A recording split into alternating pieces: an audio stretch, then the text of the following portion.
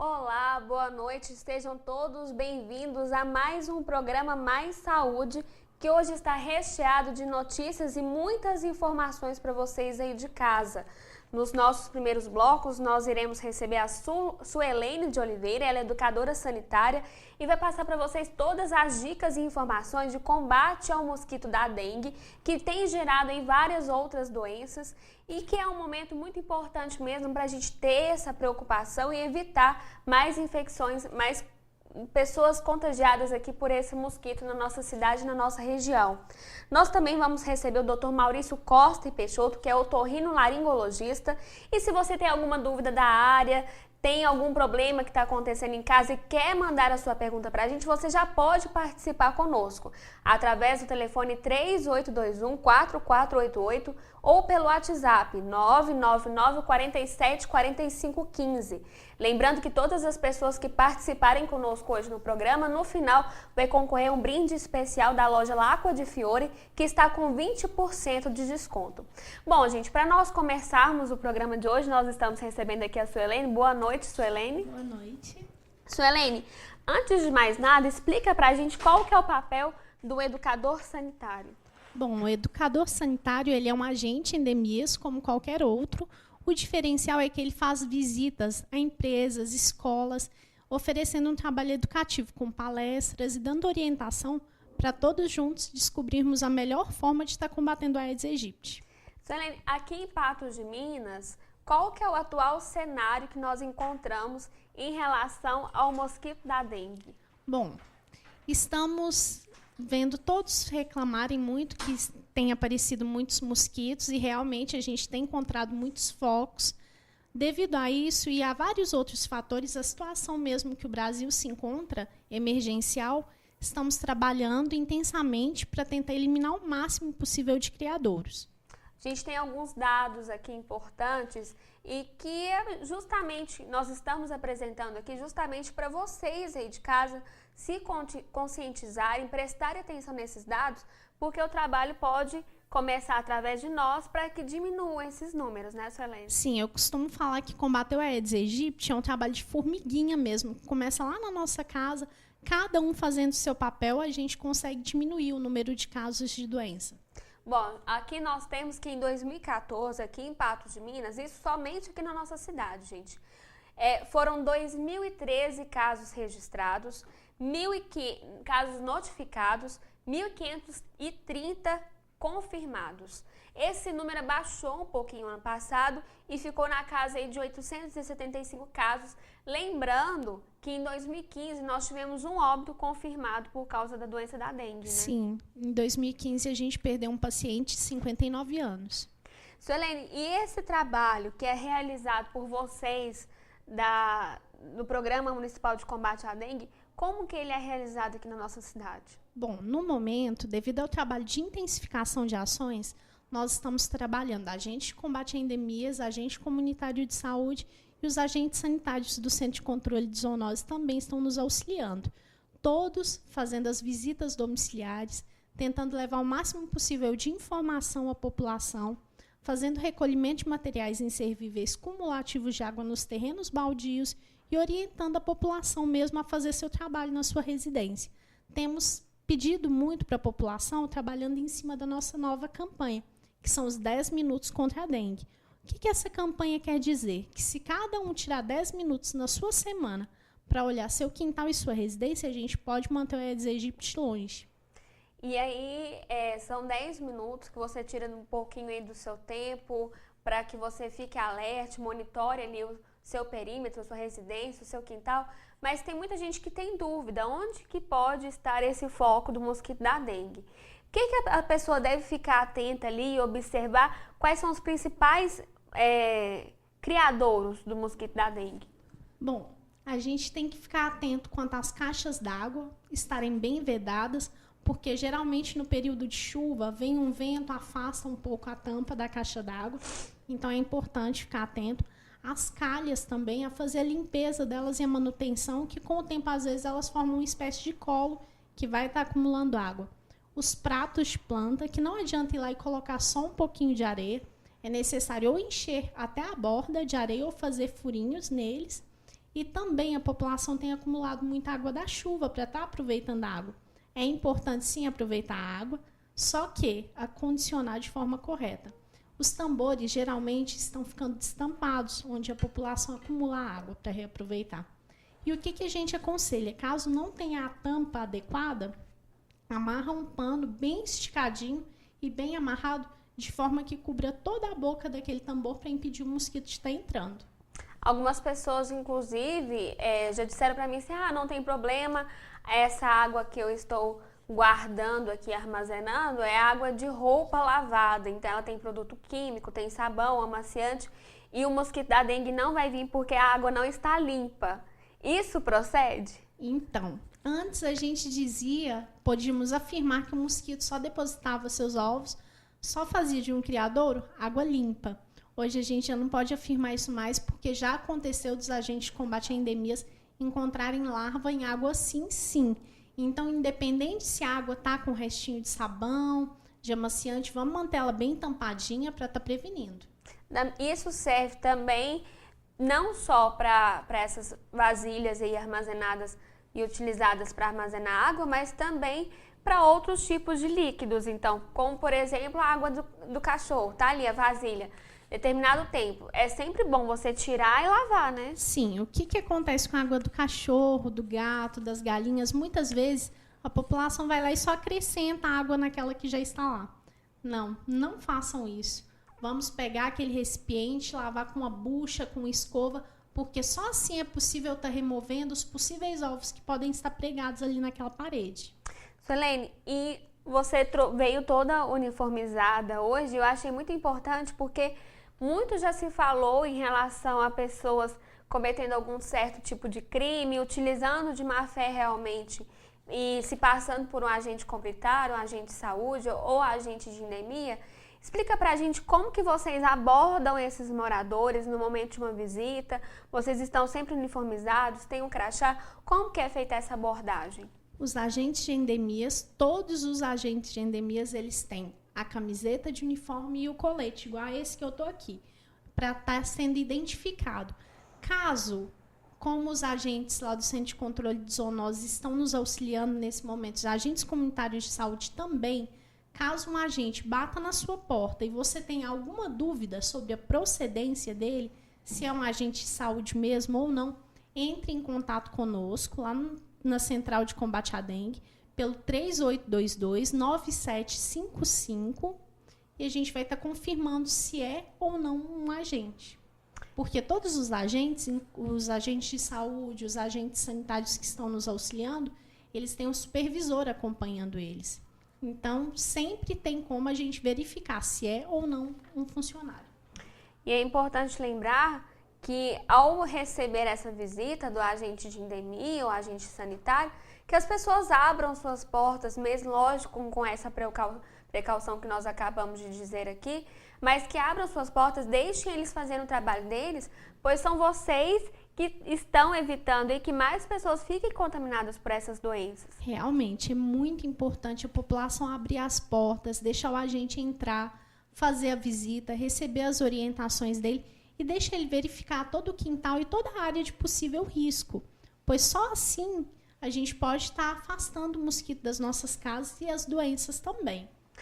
Agora, tem alguns outros dados que nós temos aqui, que em todo o país, no ano de 2015, foram registrados 1.649.008 casos, isso casos prováveis de dengue, e foram um número recorde, que foi em 1990, iniciado o levantamento desses números.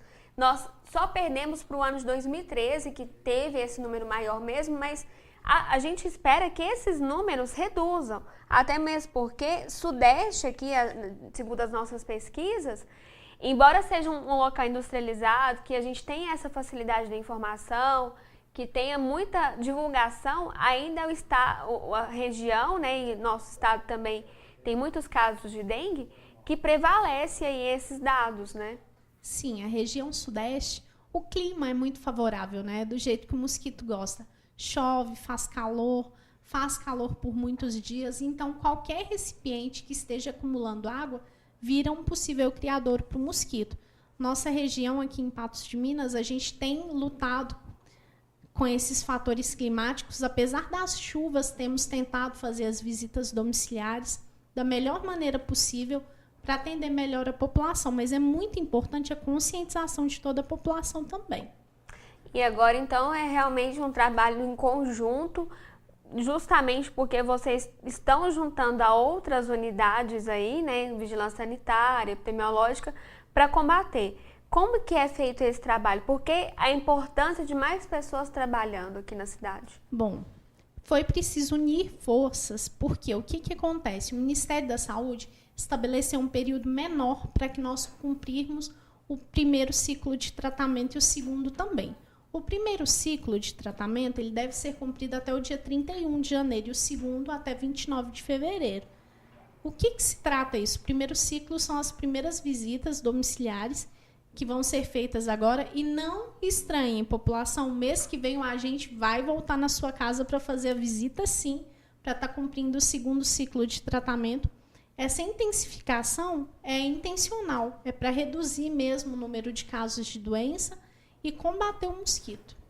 Agora, quando vocês chegam em uma casa ou apartamento, e vocês também vistoriam lotes vagos, né? Sim. Quando vocês chegam nesses locais, quais são os principais pontos que vocês observam? O que vocês fiscalizam aqui naquele local para que realmente sejam observados todos os pontos da casa ou do lote?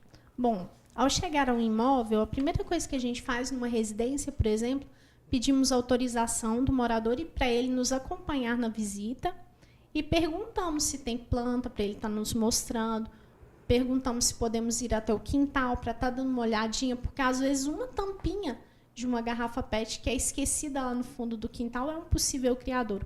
De uma tampinha de garrafa PET pode nascer até 10 mosquitos, né? Então, é muito importante fazer a visita em toda a área externa e também interna, porque às vezes um banheiro dentro da sua residência que é pouco usado e você esquece de estar indo lá dar descarga ou não está tampado o vaso, pode ser um possível criador.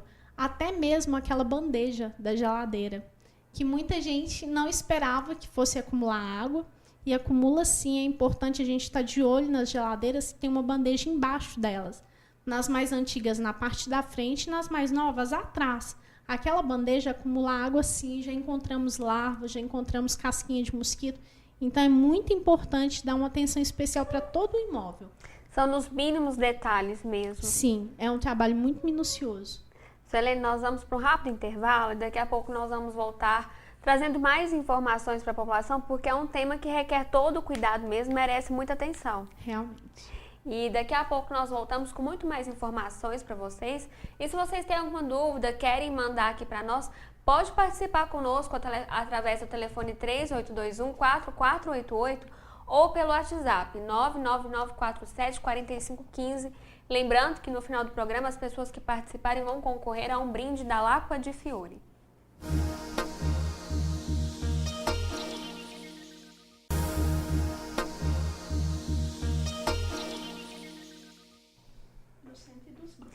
Voltamos com a segunda parte do programa Mais Saúde de hoje, que traz muitas informações aqui para vocês, com muitos detalhes, principalmente em relação ao combate do mosquito da dengue, que hoje em dia não tem gerado só a dengue, é um transtorno com outras doenças também, né, Suelene? Sim, infelizmente o Aedes aegypti está tomando uma proporção muito grande, né? A dengue, a chikungunya, a zika relacionada com a microcefalia, que é o que todo mundo está um pouco assustado.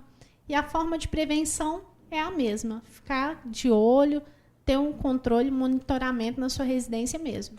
Acho que agora a gente não pode chamar isso só de mosquito da dengue mais, né? Isso, agora é o Aedes aegypti, o vilão mesmo. Vilão da história. Sim. Mas acaba que pela nossa conversa aqui no bloco anterior, o grande vilão acaba sendo nós mesmos, né? Que somos nós que temos que fazer o controle e a limpeza na nossa casa para que esse mosquito não se prolifere. Sim, o que acontece? A gente acaba facilitando as condições de vida dele. Quando a gente deixa água acumulada lá no nosso quintal, deixando qualquer recipiente com água parada, estamos facilitando para ele. Agora, a gente tem algumas faixas de imagens ali, vou pedir a Adriana para colocar, do trabalho que é realizado aqui na nossa cidade em relação ao combate mesmo do mosquito da dengue. A gente está vendo alguns locais que podem acumular água. E a gente tem informação agora, Suelene, que não vai ser feito mais o Lira conforme era feito nos anos anteriores. Como que vai ser esse trabalho de vocês? Sim, a princípio o Lira está suspenso devido a esse momento da intensificação de ações que o Ministério da Saúde estabeleceu. Como que nós vamos nortear nossos trabalhos agora? Todo imóvel que o agente de combate a endemias ou o agente comunitário de saúde encontra um foco, ele faz uma anotaçãozinha lá no boletim dele, que é repassado para o supervisor de área dele, para estar fazendo um monitoramento e um controle mais efetivo ali naquele local. E é muito importante isso, porque às vezes acontece de encontrar um foco em uma residência hoje, voltar no próximo tratamento, ter foco na mesma residência. Então, intensificar as ações é muito importante neste momento. E antes, então, com o Lira, a gente está mostrando, inclusive, ações que vocês realizam, campanhas educativas. Antes, com o Lira, então, eram visitadas cerca de 20% das casas de Patos de Minas? Sim.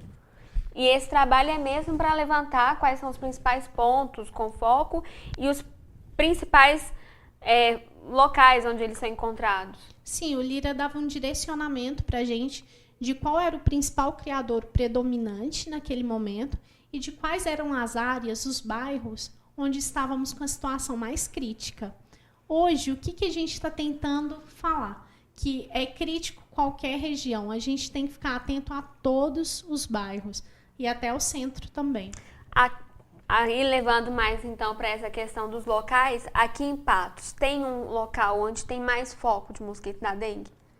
Bom, na verdade, temos encontrado larvas em todos os bairros. Os agentes de combate a endemias têm ficado até um pouco assustados com a quantidade de larvas que têm encontrado. Aqui na região central não é diferente. Temos encontrado larvas, sim, criadouros. Os moradores precisam ficar muito atentos tanto às suas residências quanto ao acondicionamento do seu lixo. Porque o que está acontecendo muito aqui na área central é que os moradores de prédios muitas vezes deixam de descer para colocar o lixo lá embaixo e jogam no lote vago ao lado. E transforma aquele lote num criadouro para o mosquito. Então quer dizer que embora ele não esteja com o mosquito dentro da sua residência, com o foco dentro da sua residência, ele está então com o foco ao lado, ou seja, esse mosquito, aquele foco que está acumulando água ao lado da sua residência, pode nascer um mosquito da dengue ali e ele ser a própria vítima de uma possível doença depois. Sim, o que acontece? A partir do momento que você joga uma sacolinha plástica no terreno baldio do lado da sua casa, você pode estar levando a doença para sua própria família. Por quê? O mosquito não vai ficar só ali naquele terreno baldio. Ele vai voar, procurando sangue para se alimentar. E aí? Como que vai ser?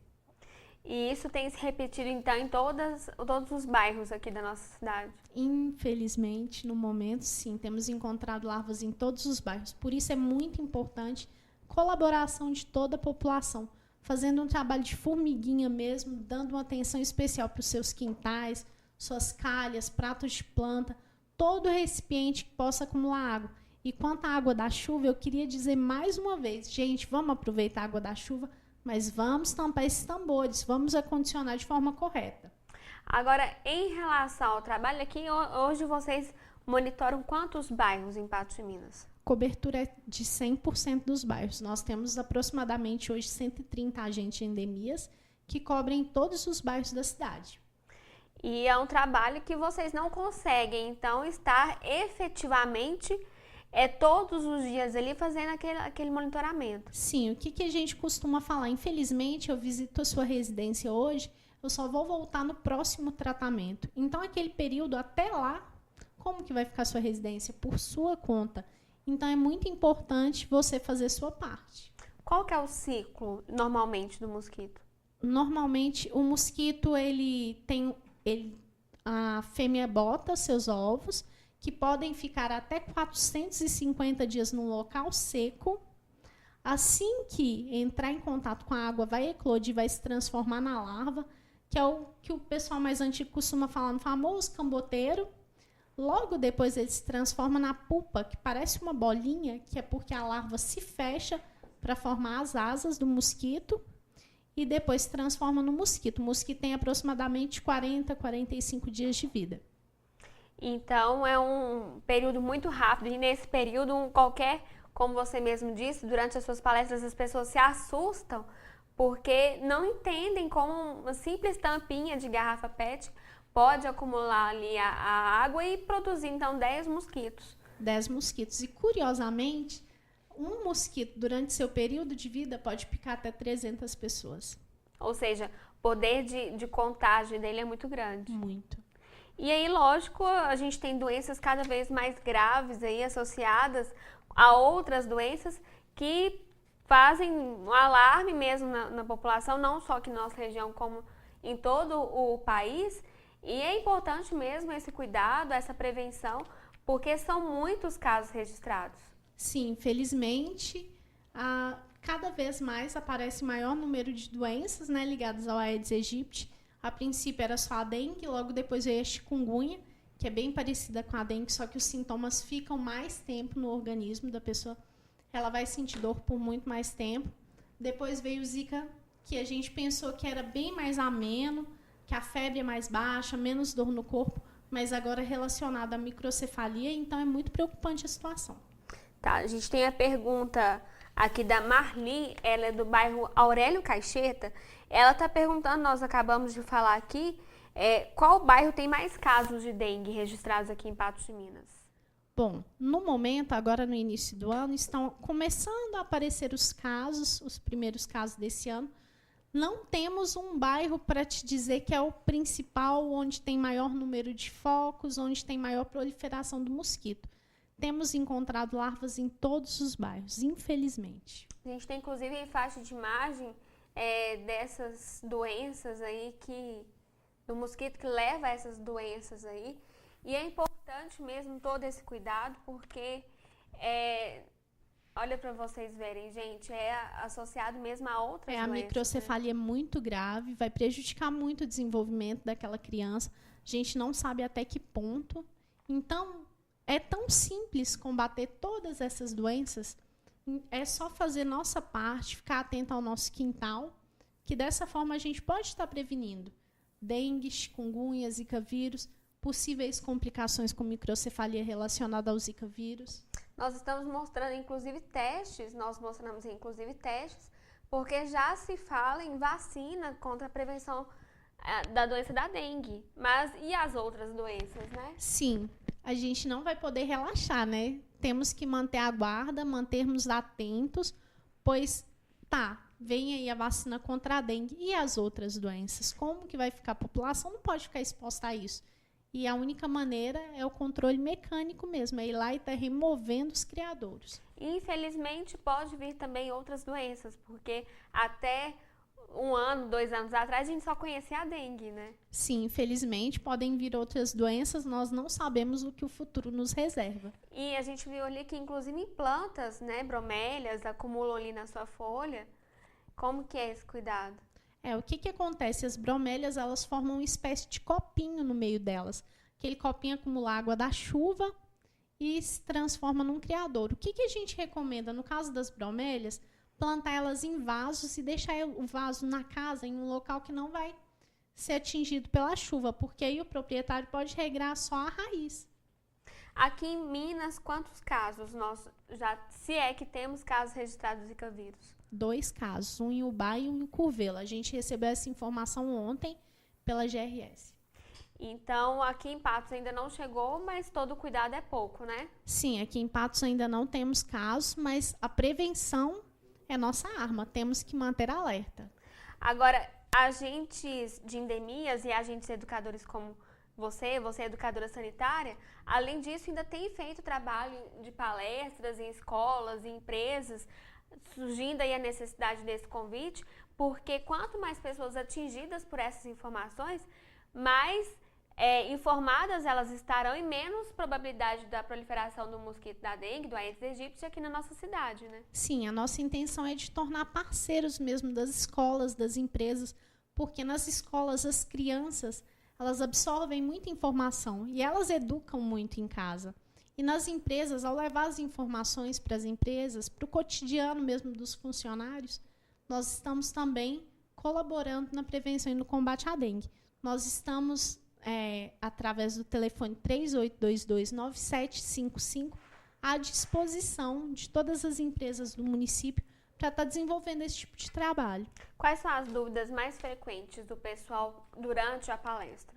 Bom, o pessoal pergunta muito quanto tempo aproximadamente o mosquito vive, que é aproximadamente 40, 45 dias. O pessoal pergunta também se aquela água que fica no pratinho da planta, se a planta não vai chupar aquela água. Infelizmente, isso é mito, não vai. Aquela água vai ficar ali esperando a Aedes aegypti. E, assim, a preocupação também, quando a gente fala da geladeira, daquela água na bandeja da geladeira, a população fica meio em dúvida, mas eu sei que quando eles chegam em casa, que eles vão lá e conferem, podem ter uma surpresa desagradável, sim.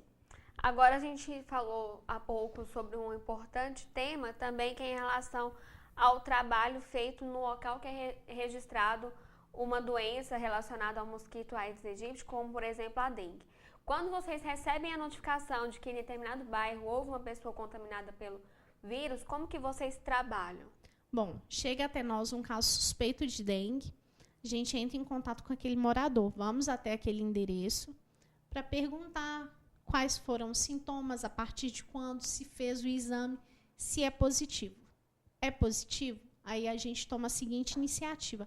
Nós fazemos um bloqueio, ou seja, os nossos agentes de combate a endemias visitam todos os imóveis daquele quarteirão e dos arredores para tentar encontrar o possível foco e estar eliminando.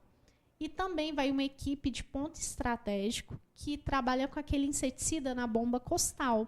Aquele inseticida, ele mata o mosquito adulto.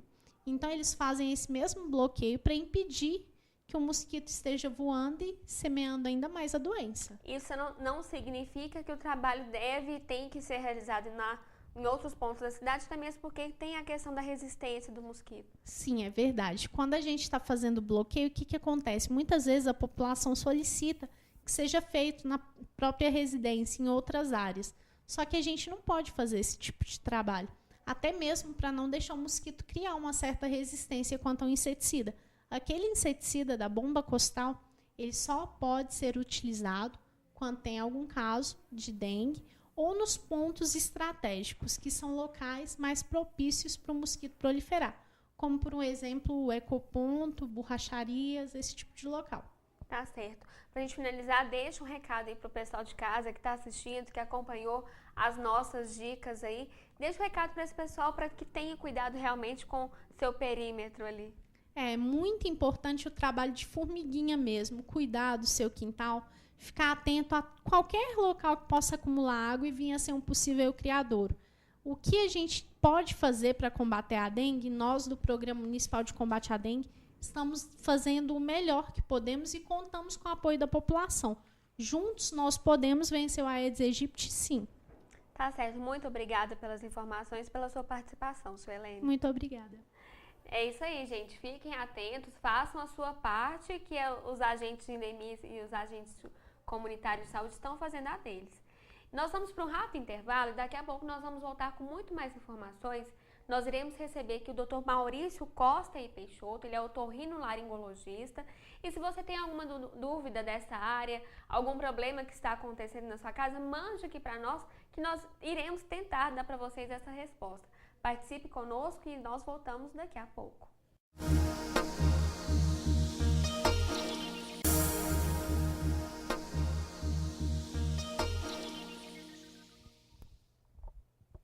É isso aí, voltamos com a segunda parte do programa Mais Saúde, mas antes de nós conversarmos com o Dr.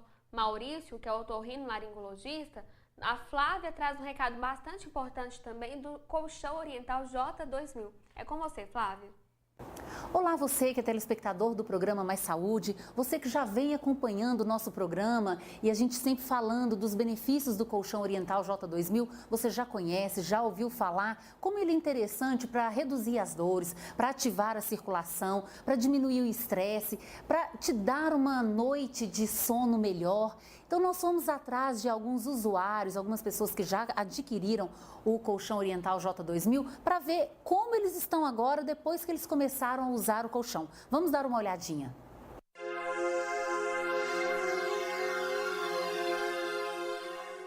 Eu sou o pastor Cláudio Pacheco, essa é minha esposa, a missionária Valdimeire. Há mais de uma década, nós somos usuários do colchão Oriental J2000. Desde quando usamos esse colchão, nós testemunhamos que algumas dores que existem no nosso corpo deixou de existir e nós também tínhamos alguns problemas alérgicos, o qual nós também deixou de existir conosco. Usamos e recomendamos o colchão Oriental J2000. Tá vendo, pessoal? Muitas pessoas já estão sendo beneficiadas com o uso do colchão Oriental J2000. Se você também tem interesse em conhecer, saber melhor sobre este produto que ajuda muito na nossa saúde, ligue para o 0800 943 2000, peça uma visita sem compromisso e você vai entender melhor qual é o tipo de colchão que você pode adquirir que é melhor para você. Colchão Oriental J2000 existem vários modelos. Eu tenho certeza que vai ser o melhor para você. Basta você ligar então para o 0800 943 2000, agendar uma visita sem compromisso. Eu tenho certeza que você vai melhorar a sua qualidade de vida. Obrigada, Flávia. E ela volta a semana que vem com muito mais dicas do colchão Oriental J2000. Bom, e como nós havíamos anunciado no início do programa, nós estamos recebendo agora o Dr. Maurício Costa e Peixoto, que é otorrinolaringologista, uma palavrinha grande, difícil de falar, né, Dr. Maurício? Realmente dá para enrolar a língua. Mas falei direitinho, né? Falou, tá de parabéns. Tá certo. E, doutor Maurício, muitas pessoas questionam muito em relação ao tempo seco, as dicas e orientações que elas devem ter nesse período, mas agora nós estamos vivendo aí um período chuvoso com bastante umidade e esse período também, para quem tem principalmente problema de rinite, sinusite, é um período crítico também. A rinite, Ayandra, o nariz com rinite, ele não gosta nem de tempo muito seco, nem de tempo muito úmido. Então, até assim, esse ano que, graças a Deus, nós estamos com muitas chuvas, os pacientes ficam surpresos, porque assim, a gente tem até, nas épocas normais, um período que a gente planeja, a partir de tal tempo, tal época do ano, nós vamos tirar o remédio.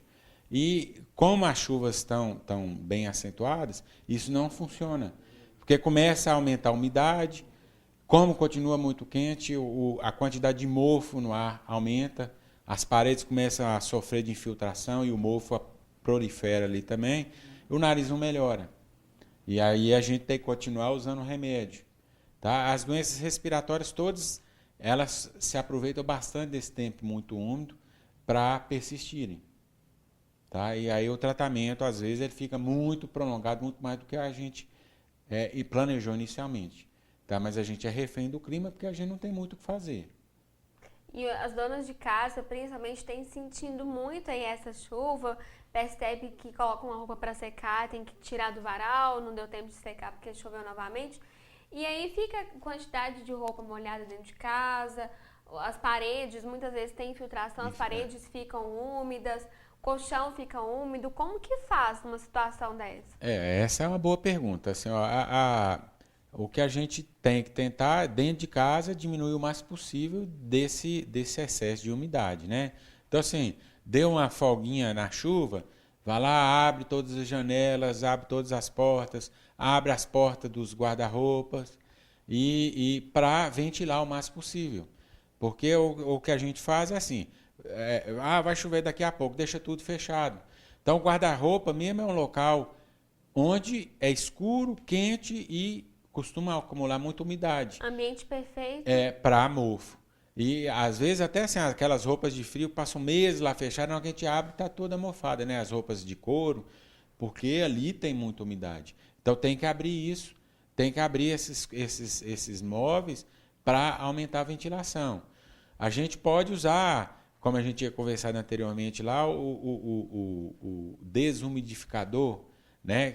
Mas é um equipamento que gasta muito energia elétrica e que hoje em dia não é acessível. É proibitivo, né? Quem tem ar-condicionado em casa, ele vai ter essa função no ar-condicionado. Dá para fazer. Mas o problema é assim, a gente ter um controle dessa retirada de umidade, porque se tirar demais, nós vamos criar outros problemas, né? A gente fica nesse equilíbrio muito frágil. Tá? A maior parte das pessoas que tem rinite, a gente pede um pouco de paciência e passa remédio. tá? Quais são as doenças que mais são afetadas durante Ó, esse período? a rinite alérgica costuma piorar bastante, as rinites crônicas de maneira geral, e a gente continua vendo muita doença infecciosa. Então, assim, gripe, resfriado, sinusite tem bastante, tá? Otite tem menos do que na época seca, mas a gente vê também, tá? Mas as doenças respiratórias, até casos assim de paciente com broncoespasmo, que não é muito a minha especialidade, mas acaba chegando lá passando mal, você vai olhar, o paciente está com a crise da popular bronquite por causa do excesso de umidade, apesar da medicação, apesar de tudo, tá? Então, assim, nós que moramos num país tropical, as doenças a gente chama de perene, essas doenças relacionadas ao tempo, porque é sempre muito quente, é sempre muito úmido, né? E não tem variação, é diferente dos países. Não tem uma média, né? É diferente dos países lá do outro hemisfério, lá os Estados Unidos, os países da Europa, que eles têm as estações do ano bem demarcadas, né? Então lá assim, a rinite vai ser problema na primavera, porque aumenta muito a quantidade de pólen, né? Aqui o ano inteiro tem árvore florindo, então é direto, né? O ano inteiro tem umidade, então é difícil a casa da gente escapar de ter por mais bem construída, por mais ventilada, de ter um ponto de infiltração, né? Que a gente entra e já começa a sentir um cheirinho de mofo. E a gente ainda tem os hábitos nossos para piorar, né? Então tem sempre um tabagista para piorar a qualidade do ar, né? E as coisas vão se acumulando. E aí, qual é a orientação que você, enquanto médico, dá, principalmente em casa, naquele ambiente que a gente está ali fechadinho, vai dormir, começa aquela coceirinha no nariz, não consegue dormir direito? E principalmente para quem ainda tem cortina dentro de casa, tapete, quais são essas orientações que vocês dão? O que a gente orienta, assim, com relação à cortina, tapete, almofadas, para quem tem rinite, quanto menos melhor. Tá? Fica uma casa feia, mas é o ideal, porque assim, a cortina junta muita poeira, a almofada junta, tapete junta muita poeira. A opção seria lavar isso toda semana, e normalmente esses utensílios eles não aguentam a lavagem frequente, mas seria isso. É igual o cobertor acumula muito mais poeira com o edredom. Você pode usar o cobertor? Pode, desde que você lave toda semana junto com sua roupa de cama. Mas aí o cobertor ele vai aguentar 2, 3 meses, você vai ter que comprar outro. É melhor investir num edredom. Tá? É sempre que possível abrir a casa para ventilar o máximo possível. Evitar fumar dentro de casa, porque a fumaça do cigarro é extremamente ruim para o nariz. Né? Para quem tem rinite, evitar animal dentro de casa, apesar do animal. Quem tem animal porque gosta, né? E a gente quer tratar o animal, às vezes, até como um filho da gente, mas para quem tem rinite é ruim. O ideal é deixar ele lá fora no quintal. Isso é um animal de pelo curto ou Olha, tosado? assim, os animais que mais causam rinite é o cachorro e o gato. O gato mais do que o cachorro, né? Até a gente tem jeito de fazer teste e ver se a pessoa tem alergia ao pelo do cachorro, ao pelo do gato. Quando os testes é negativo, a gente deixa isso para lá, né? Mas até fazer os testes impede para manter os animais fora do alcance. E o ideal é que o ambiente onde a pessoa com rinite esteja não tenha o animal, até a gente ter certeza que aquilo não vai fazer mal para ele. Bom, doutor Maurício, nós vamos para um rápido intervalo e daqui a pouco nós vamos voltar dando mais dicas também em relação à limpeza da casa. Como que você deve fazer, como que você deve proceder ali, para que esse momento aí da limpeza também não te traga algum prejuízo, algum problema maior, principalmente para quem já tem essas doenças crônicas. Nós voltamos daqui a pouco com muito mais dicas.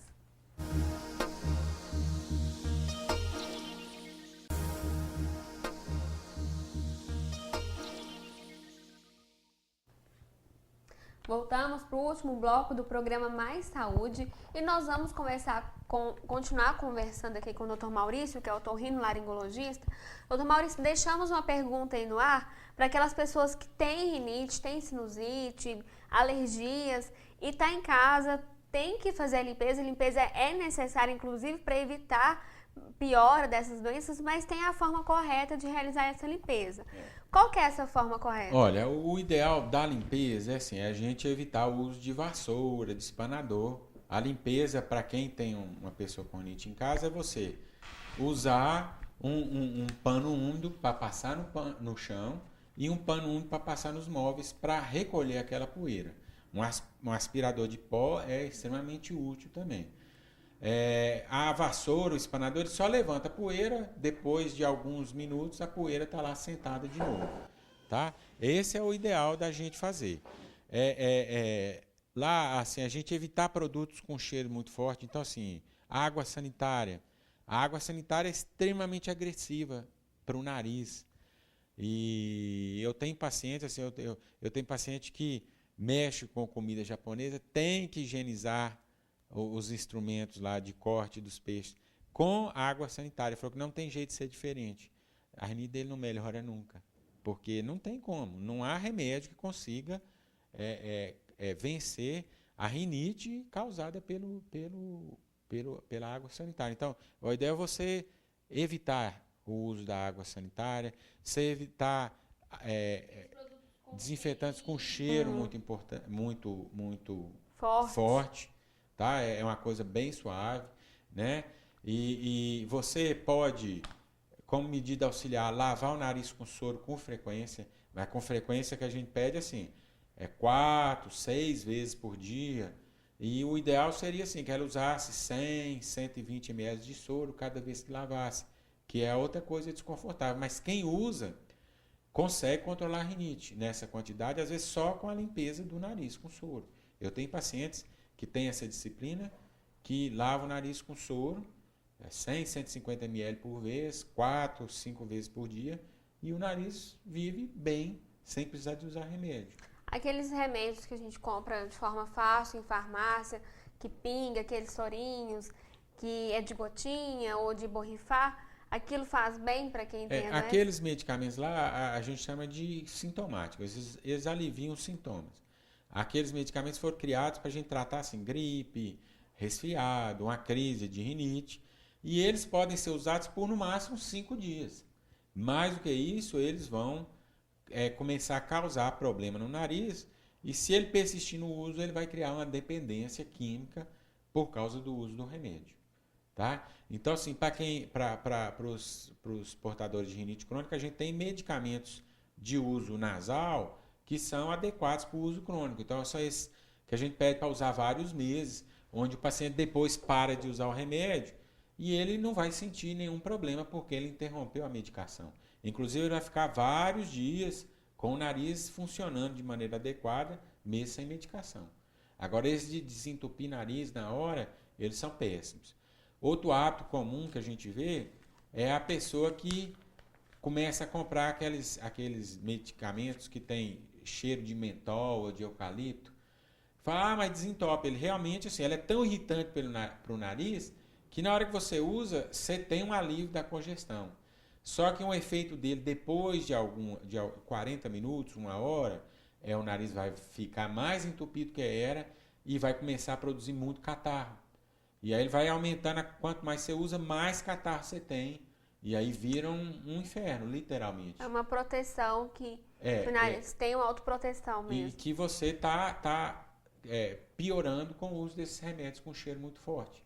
Tá? Então, para usar no nariz, por conta própria, o soro fisiológico. Só o soro fisiológico. Agora a gente tem a pergunta aqui da Natália, ela é do bairro Caramuru, e ela está perguntando aqui, quando vem as crises, escorrendo ou entupindo o nariz, quais são os sintomas? Como diferenciar? Muitas pessoas têm dúvida mesmo em relação a sinusite, gripe, a rinite. Como diferenciar os sintomas de cada uma dessas doenças de uma gripe comum, de um resfriado comum? Então, assim, vamos falar da rinite inicialmente. Então, a rinite, quando você vê uma crise, a rinite vem assim, com obstrução nasal, catarro, normalmente o catarro claro ou branco, e espirros. Tá? Você pode ter coceira no olho, coceira no nariz, e ela não vem acompanhado com febre, ela não vem acompanhado com dor no corpo, com indisposição. Tá?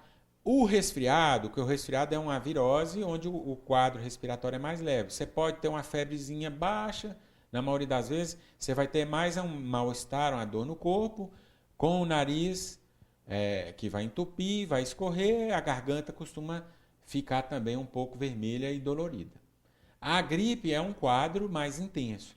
Então, a gripe você vai ter febre, você vai ter dor no corpo, às vezes até assim, uma dor de você ter dificuldade de fazer as atividades no dia a dia, além do nariz entupido, além do catarro amarelo. Tá? Todas essas doenças, você pode dar um azar delas persistirem. O que é o esperado? Tratado com sintomáticos, mais ou menos com 7 dias você já vai estar bem. Agora, se esses sintomas eles persistem por mais de 7 dias, e se eles persistirem por mais de 10 dias, você já tem uma complicação, que aí nós vamos chamar de sinusite. Tá? A sinusite é uma complicação de uma rinite, de uma gripe ou de um resfriado. Tá? A Geralmente sinusite, vem com dor de cabeça. ela pode vir, inicialmente, a obstrução nasal, catarro, que ele vai mudar de cor, então ele vai ser um catarro amarelo ou verde, persistentemente amarelo ou verde. Você pode ter dor de cabeça ou você pode ter dor na face. Normalmente você não vai ter febre, a não ser que seja uma criança pequena, né? E ele vai ter, assim, sensação de catarro escorrendo pela garganta, gosto ruim na garganta. O mau cheiro ele é mais comum em sinusite crônica. E principalmente se ele tiver uma sinusite mais antiga ou uma sinusite fúngica, que é um tipo especial de sinusite, ele pode ter mau cheiro. Tá? Ele pode ter essa sensação de cheiro ruim dentro do nariz. A sinusite aguda, ela é o mais comum ele ter uma diminuição aguda do olfato. Ou ele perde totalmente o olfato, ou o olfato diminui muito. É importante ficar muito atento, porque cada uma tem a sua forma de tratamento. Assim, até a sinusite, a gente pode só fazer uma conduta expectante. A gente passa um sintomático para observar a resposta do paciente. O que a gente observa muito é o tanto que está incomodando. Então, aquele paciente que tem um incômodo leve, você passa um sintomático e manda ele para casa. E fala, volta daqui tantos dias, no retorno ele está tudo bem e vai embora para casa. Se ele observa uma piora do quadro, ou se ele já vai lá na consulta, ele está muito sintomático, muito queixoso, a gente vai passar um antibiótico. Tá? Mas o que eu falo sempre lá com eles é que nós temos paciente também que ele quer usar o antibiótico sempre. Assim, 70% a 80% das infecções respiratórias, aí eu estou falando ouvido, nariz e garganta, 70% a 80% elas são viróticas. Elas vão melhorar independente do que eu fizer. Então, se ele vai melhorar independente do que eu fizer, eu não preciso fazer nada de muito importante, é só orientá-lo e o paciente vai melhorar. Naqueles quadros onde ele não está melhorando, aí cabe o uso de um antibiótico. A gente tem que ter um pouco de paciência, porque se você passa antibiótico para todo mundo, você está estimulando resistência bacteriana e você vai começar a ver um tanto de paciente que piora, porque você começou a selecionar as bactérias e ele vai piorar o quadro clínico porque eu passei um antibiótico de maneira inadequada. E normalmente quem toma remédio nunca conclui o tratamento e aí... Isso é um perigo. É um perigo. De tomar a medicação, ele toma 2, 3 dias, ficou sente muito uma leve bom melhora e larga o remédio. Aí depois ele volta lá, 10 dias, 2 semanas depois, pior do que estava. E fala, não melhorei nada. Quando você aperta a pessoa, ele fala, eu tomei o remédio só 2 ou 3 dias. Eu costumo orientar muito lá no meu consultório, falar, olha, eu preciso que você tome tantos dias, porque aí a gente aumenta a sua chance de cura. Tá? E mesmo a gente fazendo um tratamento adequado, aproximadamente 20 a 30% das infecções bacterianas que você usa o antibiótico de maneira adequada, você vai ter uma falha daquele antibiótico. Né? Então, é importantíssimo você usar o remédio de maneira adequada para a gente estar dentro desse parâmetro. Se você usar de maneira incorreta, a chance de você... E eu falo, nós vamos ter que usar um antibiótico mais forte, mais caro e com mais efeitos colaterais. Então, é melhor ele investir e fazer o tratamento adequado. Tá certo. Doutor Maurício, para a gente finalizar, vamos dar o endereço onde as pessoas te encontram, dá com esses sintomas, está se sentindo incomodado, todos esses problemas estão atrapalhando ali a rotina, o seu dia a dia, que a gente sabe que no dia a dia esses sintomas, esses problemas atrapalham. Como que as pessoas podem te procurar e por que é importante fazer a consulta, procurar um médico, saber realmente o que ela tem e como tratar? Aí, André, nós atendemos lá no hospital atual, na Avenida Paranaíba 695, tá? De segunda a sexta-feira. E assim, ó, a importância da opinião médica é justamente isso, da gente orientar o paciente no tratamento correto, tá? Essa é a diferença entre o sucesso e o fracasso do tratamento. Cada médico tem um jeito de agir, né? Mas assim, eu costumo acompanhar os pacientes, pedir para voltar. Até tem hora que eu peço desculpa, eu falo, você já deve estar de saco cheio, mas volta daqui uma semana, que eu preciso ter certeza que está tudo bem.